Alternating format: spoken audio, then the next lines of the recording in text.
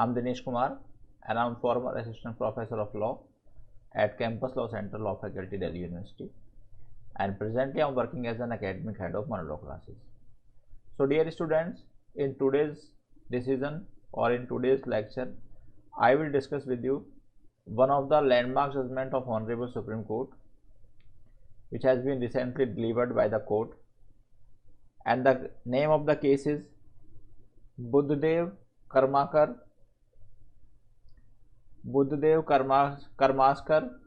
versus State of West Bengal and others. Dear students, the date of CLAT examination 2022 is 19 June, that is tomorrow, and I hope that all of you have prepared well and wish you all the best for your examination tomorrow. And the date of CLAT examination 2023 is 18 December 2022. So those who will attempt their exam on this 18 December 2022, they should prepare themselves according to the examination. Now we come to the facts of this case. Basically, what happened in this case, the appellant Buddhadev Karmaskar, he committed the murder of a sex worker in Calcutta in 1999, and the ground of murder was that the sex worker refused to have sex with the appellant. So appellant was convicted for the murder of that sex worker by the Honorable Calcutta High Court as well as by the Honorable Supreme Court. Now, considering the importance of this case or of this issue, this case was considered as a public interest litigation by the Honorable Supreme Court itself, because it involves the issue of public importance and it is related to the right of sex workers in our country. So there were following issues before the Honorable Court regarding this judgment, and the first issue was that whether sex workers and their siblings are entitled to dignified life under Article 21 of Constitution of India. Means जो lady sex worker में और as a sex worker काम करती हैं और उनके बच्चे, क्या वो आर्टिकल 21 के अंदर राइट टू लाइफ के लिए एंटाइटल्ड हैं? Basically article 21 of Constitution of India provides for the right to life and personal liberty. Secondly, if a person is involved as a sex worker with his or her free consent, so whether it amount to a profession under Article 19(1)(g) of Constitution of India. So basically Article 19(1)(g) gives right to choose the profession, occupation, trade or business of his own choice by the any citizen of India. Means जैसे हम सभी लोग भारत के citizen हैं, तो हमारे पास ये fundamental right है कि हम किस बिजनेस को करना चाहते हैं, किस ऑक्यूपेशन को करना चाहते हैं, किस प्रोफेशन को करना चाहते हैं. That is our own choice, but this right is not absolute, rather it is subject to some reasonable restrictions which have been given under Article 19(1) clause 6 of Constitution of India. And third is, what measures should be taken to rehabilitate the sex workers and their siblings. So basically some of the persons or some of the women or female members are involved in this profession by their choice, but some are compelled to work as a sex worker. So now the question is that those who are doing this work against their will, so what measures should be taken by the government that they should not continuously remain in this particular profession.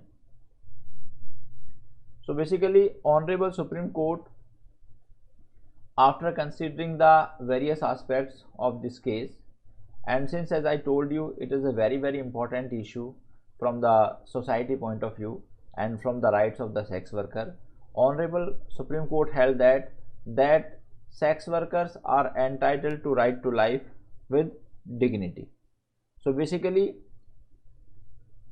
this Article 21 provides that no person shall be deprived of his right to life and personal liberty except in accordance to procedure established by law. Means आप किसी भी person की life को नहीं ले सकते या किसी की पर्सनल लिबर्टी का आप वायलेशन नहीं कर सकते। और अगर किसी भी पर्सन को, किसी भी पर्सन मीन्स किसी इंडिविजुअल के पास किसी की राइट टू लाइफ लेने का अधिकार नहीं है, and if any individual takes the life of other person then that individual is held liable for the offense of murder under section 302 of IPC. Similarly, but if a person exercises right to private defense, then he is not liable because this right has been given by the IPC to every person. But now the question arises, this right to life. So what is the meaning of this term right to life? So Honorable Supreme Court in this case reiterated that the right to life means the a dignified life. So here जो word life है, यहाँ पर जो word life है ये केवल animal existence की life नहीं है। मीन्स अगर कोई पर्सन जिंदा तो है लेकिन वो जिंदा एक प्रॉपर सेंस में नहीं है। सो यहाँ पर this right to life included dignified life. So every person has the right to live a dignified life. Similarly this right is also available to all the sex workers and their siblings. So no person of society or no person or belongs to any administrative service can defame them or cannot behave in a very degraded manner against them. Secondly, Honorable Supreme Court ने कहा कि if a person is voluntarily involved in a sex worker or voluntarily working as a sex worker, then it would amount to the word profession. So means जैसे हम सभी लोगों के पास अपने profession और ऑक्यूपेशन को चुनने का अधिकार होता है, सिमिलरली सुप्रीम कोर्ट ने ये माना कि जो पर्सन सेक्स वर्कर की तरह काम कर रहे हैं उनके पास भी सेक्स वर्कर की तरह काम करने का एक राइट है और वो अपने उस प्रोफेशन को चुन सकते हैं। So this is the first case in India in which Honorable Supreme Court has recognized that to work as a sex worker is a fundamental right or it is a profession under Article 19(1)(g) of Constitution of India. There are two conditions here. First condition, the person must have been doing that work with his free consent or with her free consent. Similarly, the person should be adult, means the person should be above the age of 18 years. Otherwise there is no restrictions on this part. Now one point is very important here. An individual can work as a sex worker and it is not prohibited this Article 19(1)(g) or it is allowed by Article 19(1)(g) subject to the some relevant laws. Means that activity should not be in a public place etc. And similarly, if a person is running the brothel house, then it is illegal. So if an individual is working as a sex worker, it is legal, but if a person is running a brothel house, then it is illegal. तो यहाँ पर हम सबके लिए ज़रूरी है कि हम इस डिफरेंस को समझें कि एक ब्रोथल हाउस चलाने में क्या डिफरेंस है और एक सेक्स वर्कर की तरह काम करने में क्या डिफरेंस है। सो ब्रोथल हाउस चलाना क्या है, इलीगल एक्टिविटी है, लेकिन एज ए सेक्स वर्कर की तरह काम करना subject to some regulations in this regard is not the violation of any law and it is a legal activity. Similarly, Honorable Supreme Court has directed the government that it is the duty on the part of state under these articles, means Article 38, 39A, 39A capital A, 41, 42 of Constitution of India. So all these articles are the part of directive principles of state policy. So directive principle of state policy में ये state के ऊपर duty है कि that state should make or state should enact such policies जिससे कि every person will get the equal right, whether that person is man and woman, and any person is not compelled to do any act which is not suitable to the health and strength or age of that person. Means हमारे देश में सरकार की ये duty है कि वो ऐसी पॉलिसीज़ बनाए जिससे किसी पर्सन को कंपेल होकर सेक्स वर्कर का काम ना करना पड़े. Although these directive principles of state policies are not enforceable according to part 4 of the Constitution of India, but by virtue of Article 37 of Constitution of India, that provides that although all these DPSPs are not enforceable, nevertheless they are fundamental in the governance of a nation. तो article 37 कहता है कि ये directive principles of state policy enforceable नहीं है, लेकिन इसके बावजूद भी ये किसी भी देश की सरकार के लिए, किसी भी देश के लिए फंडामेंटल पॉलिसीज़ हैं. And it is the duty on the part of the state that while state make any policy, it should incorporate all these principles into that particular policy. So अगर हम इस बात को सेक्स वर्कर के reference में देखते हैं तो directive principles of state policy state पर ये ड्यूटी इम्पोज करते हैं कि स्टेट को ऐसी पॉलिसीज़ बनानी चाहिए जिससे किसी भी पर्सन को, भले वो मेल हो या फीमेल हो, उसको एज ए सेक्स वर्कर काम ना करना पड़े to earn his or her livelihood.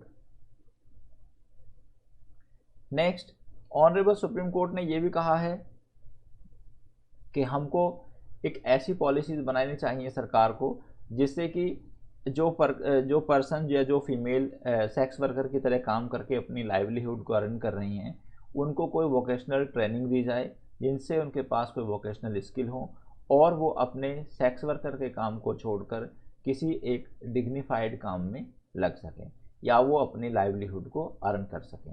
इसके लिए सरकार ने, ऑनरेबल सुप्रीम कोर्ट ने कहा है कि एक फंड क्रिएट किया जाना चाहिए जिसको हम बोलेंगे कि रिहेबिलिटेशन फंड, और उस फंड में जो कंट्रीब्यूशन होगा, the contribution will be made by the central government, state government and union territory. तो कुछ पैसा सेंट्रल गवर्नमेंट को देना चाहिए, कुछ पैसा स्टेट गवर्नमेंट को देना चाहिए और कुछ पैसा यूनियन टेरिटरी को देना चाहिए. नेक्स्ट, ऑनरेबल सुप्रीम कोर्ट ने फिर ये रिआइटरेट किया कि if a person is voluntary involve in the if a person is voluntarily working as a sex worker, then he is also entitled for the equal protection of laws within the territory of India. So Article 14 of the Constitution of India provides for equality before law and equal protection of law. So इसके relation में honourable supreme court ने कहा है कि अगर कोई person voluntarily sex worker की तरह काम कर रहा है तो उसके पास भी इक्वल प्रोटेक्शन ऑफ लॉ का राइट है. इक्वल प्रोटेक्शन ऑफ लॉ का मतलब यहाँ पर यह है स्टूडेंट्स और बच्चों कि वो भी, उसके साथ भी इक्वेलिटी होगी since that person is also citizen of India and whether that person is a citizen of India or a foreigner, because article 14 is available to any person and any person may include whether citizen of India or a foreigner.